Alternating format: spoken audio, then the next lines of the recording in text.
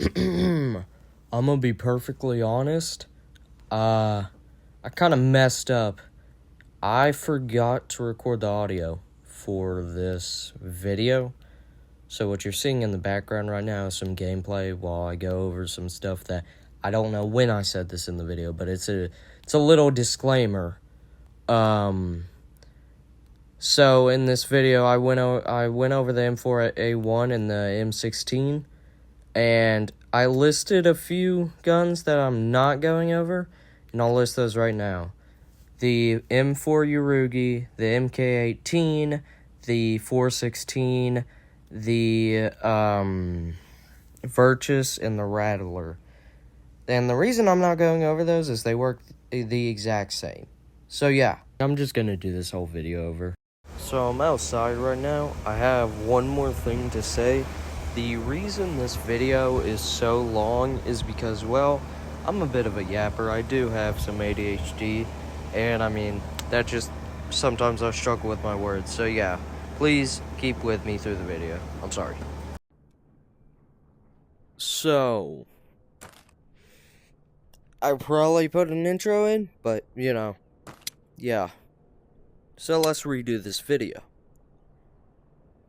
This is the M4A1, and in the intro, you know, I said the disclaimer, so, yeah.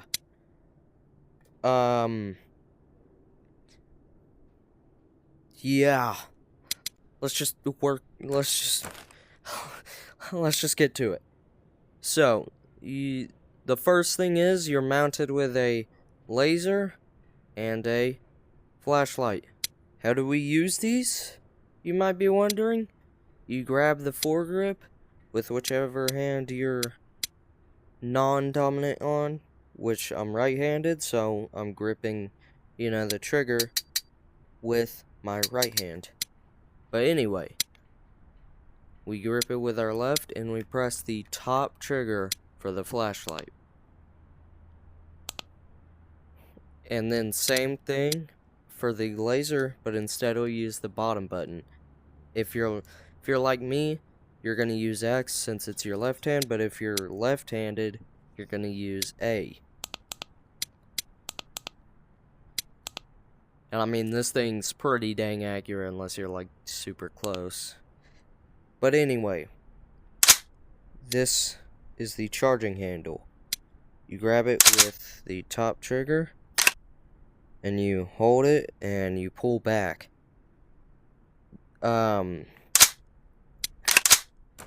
do we load this?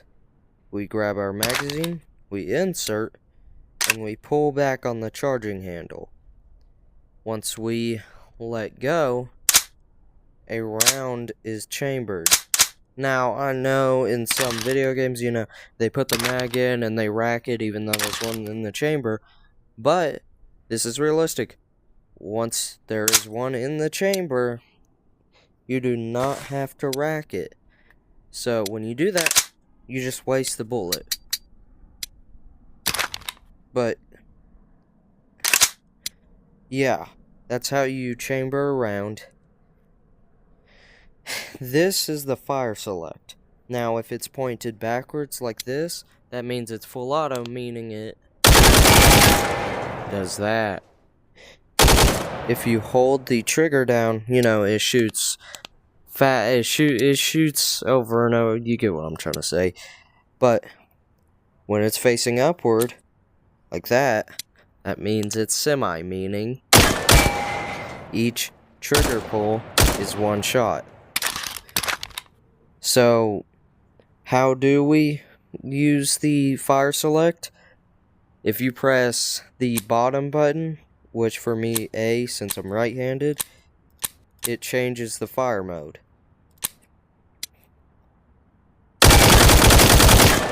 This brings us to our next thing, reloading.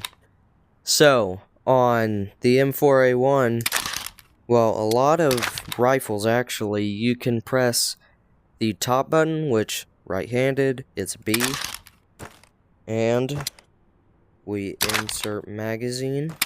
If you want to be cool, you can you have to do it a certain way and it'll like flick out. Can't do it. Insert new mag. And now there are several ways. This is a bolt release. The bolt is that part right there that goes forward and chambers around. So when the bolt is released, round is chambered. So bolt release. Now there are multiple ways to use the bolt release. You can either grab the mag weld and press the top trigger and it'll chamber around.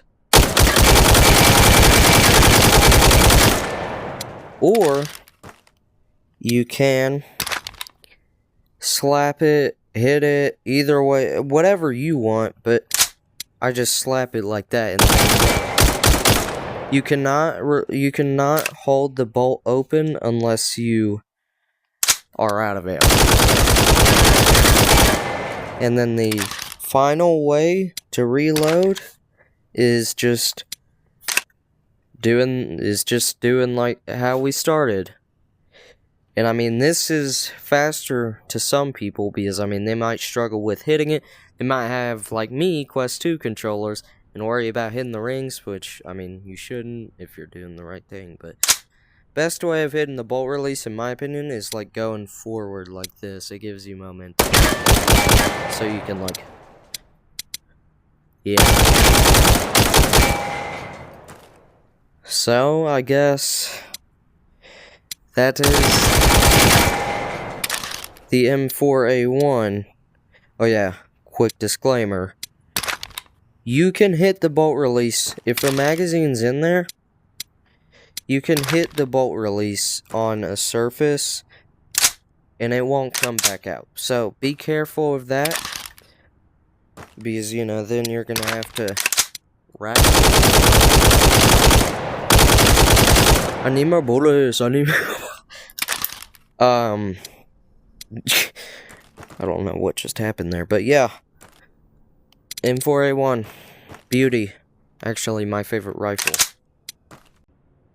Okay, so I forgot to mention one thing. The M4 The M4A1 shoots 5.56, which this thing does too. This is the M16. Now, you notice something? Very similar. It even has the carry handle. But forgot to show you all the sights on the M4A1 is the same as the M16. Disclaimer again, it says M16 Classic in the game, but it's just an M16. Just call it an M16. But the unique thing about the M16 is you cannot put attachments on this. Like, you can't put sights, you can't put grips. The reason the M4A1 didn't have anything like that is because I said it like that. But, you know, no laser, no flashlight. No offset sights, nothing. We load it the same, it works the exact same. Only difference is, you know, it's got the same.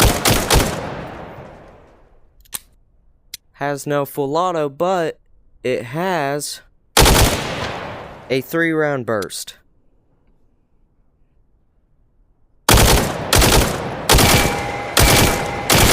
My aim is not at it today.